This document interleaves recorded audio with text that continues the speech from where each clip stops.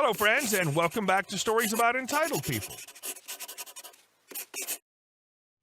Let's kick off with a tale of boat flipping gone awry. Our OP and his wife put their hearts and wallets into refurbishing a boat, only to have it damaged by a reckless driver. But before we begin, best way to support our channel is to leave comments, like, and subscribe with the turned-on bell so you don't miss the new video every single day. Here we go. Insurance co-requires repair quotes on letterhead? My pleasure. My husband and I bought a boat in a storage lot to flip. We spent months of time and buckets of money to fix her up, and we were getting close to being done. The work included painting and rehabbing the mast, the stick that holds the sails, which was being stored in a cradle next to the boat. It was well inside our space, but it did extend beyond the boat itself a few feet, so we marked it with a neon orange safety cone. Just days after painting the mast, my husband called me from the storage lot with the news that someone had damaged it.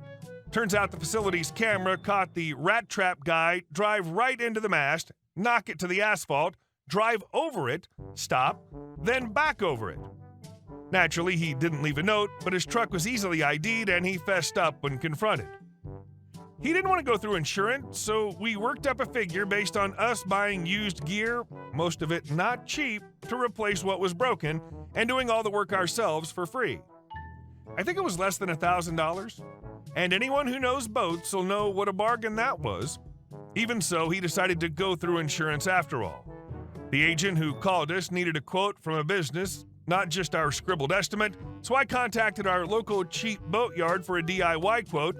They just stored the mast while we did all the work. That bumped the total we were seeking to about $2,500.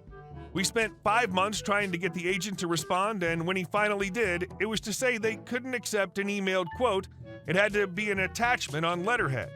The rinky-dink yard only sends quotes in the body of emails because they have zero forks to give. He all but called us liars and scammers who could have their buddy supply this fake-looking estimate. No company policy required at least 2 quotes on letterhead to move forward.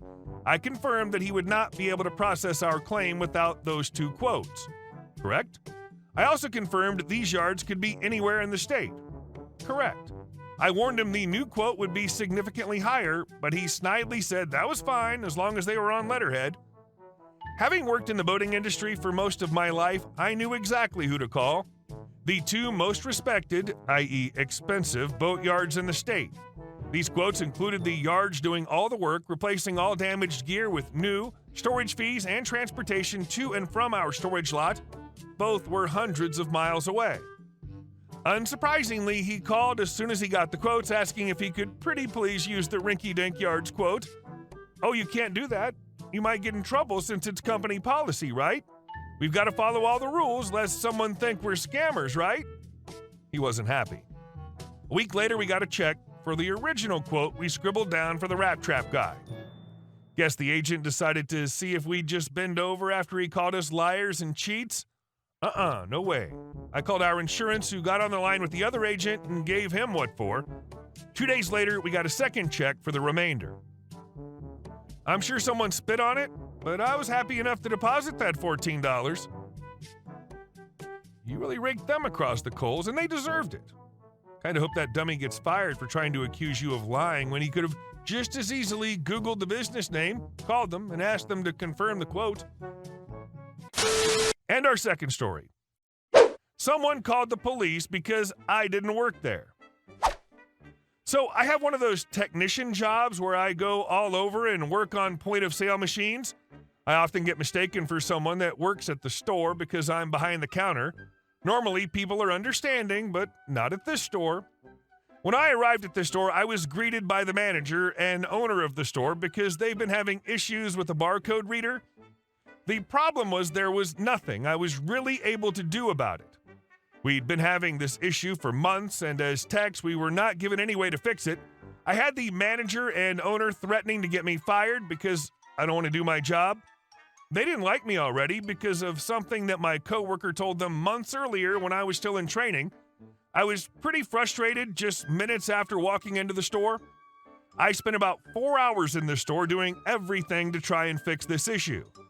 This store has a big island in the middle of it and had a cashier on either end, and I was working in the middle of them. I had people come up to me almost the entire time I was there trying to get me to ring them up. I would just tell them, I don't work here. You'll have to go to the other people, and would point to the cashiers. As I'm about to wrap up for the day, I notice 6 police officers come into the store and start talking to the manager. I didn't catch the whole conversation, but I did hear the cop ask, "Are you sure that everyone behind the counter is supposed to be there?" The manager said, "Yeah, those are my 2 clerks, and he's the tech trying to fix the problem." They were there for about 15 minutes and never said anything to me. Bonus story, I was at another store, and a lady came up to me and tried to have me ring her up. When I told her that I don't work there, she apologized and joked about it with me. She then had the brilliant idea of me getting a shirt that says, "I don't work here, lady." Seems wild to me there isn't at least a registered closed or down for service sign that you can just put down at the station you're working at. Hell, bringing your own would fix most of your issues. And our next story. Entitled customer goes nuts because we won't sell her my purse. So for the last dozen years or so, I've been carrying this gorgeous vintage designer bag I found online. I think I bought it in 2010. I love it, and I'll carry it until it falls apart. I get a ton of compliments on it, and it also caused this one crazy story. I spent 3 years working in an Ivy League college town upscale clothing boutique that catered to wealthy college students and their parents and tourists.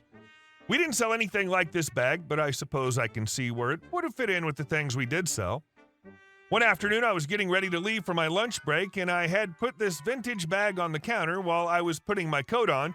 An expensively dressed woman who just walked up to the counter picked up my bag and asked my coworker who was at the register how much it was. I walked over and politely took it from her and said it was my personal bag and wasn't for sale. She literally snatched it out of my hands and went off on both of us. The bag was sitting on the counter. It had to be for sale. It was obviously much too fancy and expensive a bag for a retail loser to own, and oh, didn't we just wish we were Ivy League students like her precious babies? Which was actually funny because I didn't work there because I needed the money. I worked there as a favor to the owner, who was a friend of the family, basically as a fill-in for one of her full-time employees who had a chronic illness and called in sick a lot. It allowed her to keep the other worker rather than letting her go for someone more reliable. This entitled woman probably really would have flipped if I told her that my husband was a professor at our beloved Ivy League school, and I could easily afford that bag, thank you very much. So, yada yada yada, this woman just kept screaming at us. She wanted that bag so badly. She absolutely refused to believe it belonged to me, started screaming about wanting to see the manager or the owner, and didn't believe my coworker when she informed the woman that she was the store manager. We finally told her if she didn't give me my bag back and leave the store, we were going to call the police. She refused, so police were called. Police get there, entitled woman gets even worse and doubles down on her particular form of insanity. She tells them that it's her bag and she'd brought it in with her and that we were trying to steal it from her. The cop took the bag away from her and opened it up and dumped all the contents on the counter. My cell phone, which of course I knew the passcode to and she didn't, prescription medication bottles in my name, my checkbook, and everything else I carried on a daily basis. How she failed to recognize just from the weight of the bag that it had stuff in it, I don't know.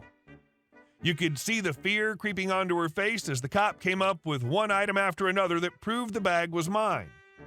When he got to my wallet and pulled out what was clearly my license, the woman jerked away from the second cop who had a hand on her arm and pretty much ran out of the store. I kind of wish they'd gone after her, but apparently they didn't think the situation warranted it because they asked us if we considered it worth pursuing her and pressing charges. Sadly, in that moment, we didn't want to be bothered. We just wanted it to be over so we could go on with our day. I wish now that we had, she needed to be taught a lesson or be forced to get mental help. And our next story. Hilarious HOA showdown, the tale of Bob versus Bob. My parents live in a higher-end neighborhood and have a neighbor whose yard had fallen into total disrepair. Car in the driveway with the hood up and engine pulled out, beware of dog sign on oak tree in the front yard, dog run built out of old pallets on the side of the house, and trash just spilling over the porch. Pretty much a redneck dream. The house had formerly been in good shape, but the wife had recently left the husband for another man and he retained the house. Apparently, he kind of went off the rails. We used to see him in his just white briefs, mowing the lawn, drinking Budweiser. The HOA decides that they have to approach him, as neighbors who were trying to sell homes were finding his house to be a real deterrent to potential buyers. Bob, the HOA president and a general busybody, is tasked with going over for the talk. Bob's a real pocket protector type, but also the kind who's very quick to tell you your garden flag is a code violation. Bob knocks on the door of the house that looks like a scene from Deliverance, and the owner, also named Bob, opens up. HOA Bob starts into his talking points, and homeowner Bob tells him, "I'm going to punch you in the stomach." HOA Bob sort of laughs and keeps talking, and homeowner Bob punches him right in the stomach. HOA Bob starts crying. It's actually kind of funny if you know HOA Bob. The next HOA meeting rolls around, and homeowner Bob shows up wearing overalls and a Myrtle Beach tank top, carrying a small cooler. He proceeds to sit in the back and slowly drink Budweisers, giving HOA Bob the death stare as he talks budget. It was honestly hilarious. Homeowner Bob's house was pretty soon foreclosed on and is now a really attractive property again. And the fact that homeowner Bob's house eventually gets foreclosed on and transformed into an attractive property again adds a satisfying twist to the story. And our last story. Karen yells at me for being in her spot. Fine, it's my spot now. I work from home full-time and rarely drive unless I'm grocery shopping or out for an appointment. In my complex, there are non-reserved spots and reserved spots in the underground garage, all of which are not assigned. As long as you have a reserve sticker on your vehicle, any of the reserve spots, which are all labeled reserved, are fair game. I have a non-reserve sticker because it's $40 cheaper than the reserved pass. I was coming back from an appointment and turned into my neighbor's reserve spot so that I could back my car into the open, non-reserve spot behind me. Lo and behold, Karen in her rusty 2007 RAV4 starts honking at me for being in her spot, telling me that I can't park there because I don't have a reserve sticker. I told her I was only backing out. I probably should have let it go, but his Karen-ness peed me off so much. As I was getting on the elevator, I quickly realized she only wanted to park there because it was right next to the elevator. A light bulb went off in my head, and I made my way to the rental office, it's in the same building, and asked to upgrade my parking pass. It's an extra $40 I'll be shelling out, but it's worth the petty revenge. I'm waiting for her to leave for work tomorrow so I can move my car into her spot and leave it there for God knows how long. There are perks to being fully remote. This is what happens when you tick off the person who has just enough disposable time and income to yank your chain. Hey guys, thank you all for watching the video. I'll see you in the next one.